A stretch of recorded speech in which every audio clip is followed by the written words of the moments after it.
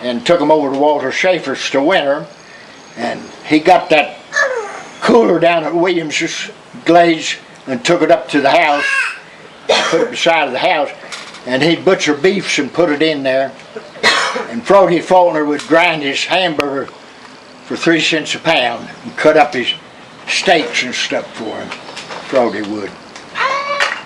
And then Wilbur Curry went to hollering about that, because he wasn't doing it. You know, back, they didn't sell beer in the stores. And Wilbur went to selling Blue Ribbon, and over where Nancy was, Slits. Yeah.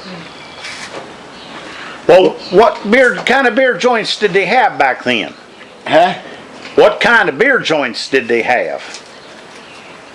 Business? Beer joints. Clark Berman's was the only one that had it at that time. And you had to be 21 years old to go in a beer joint or liquor store. When I went for a service, for examination, it was around there under the Alpine Theater. Do you remember Garnet Mulkey? Run a beer joint in on the left side as you went in the theater? Well, Agnes McLeod was working in there for him before she had that girl Junie, and she had a nigger baby. After she went up in Maryland or Ohio, and she got out with the black boy and her man and got pregnant. She's got a girl that's black. Now they tried to, Miss Williams, she tried to keep the black in their place and the white in theirs. Is the reason she wouldn't, when the farm hands,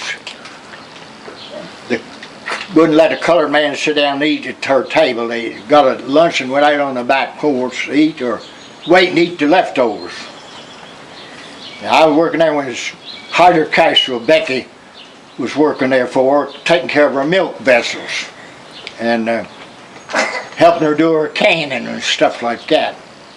And they had a barn down there, and they told Moffat he had to move they moved that barn out of town, move his sheep out of town. I used to clean it and put it on her garden.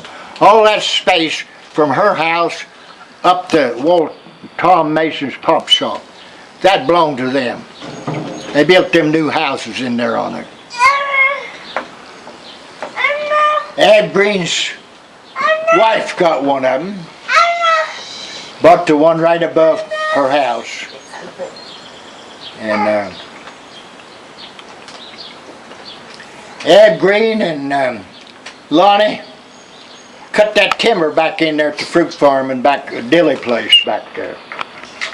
But get into the Dilly place, Floyd Dilly used to drive his sheep up the railroad above that big slide up there and put them up in to the Dilly place to pasture. And it run in my mind, John Darnell, he used to come to the diner there and eat. He used to live up there. And Eunice Dean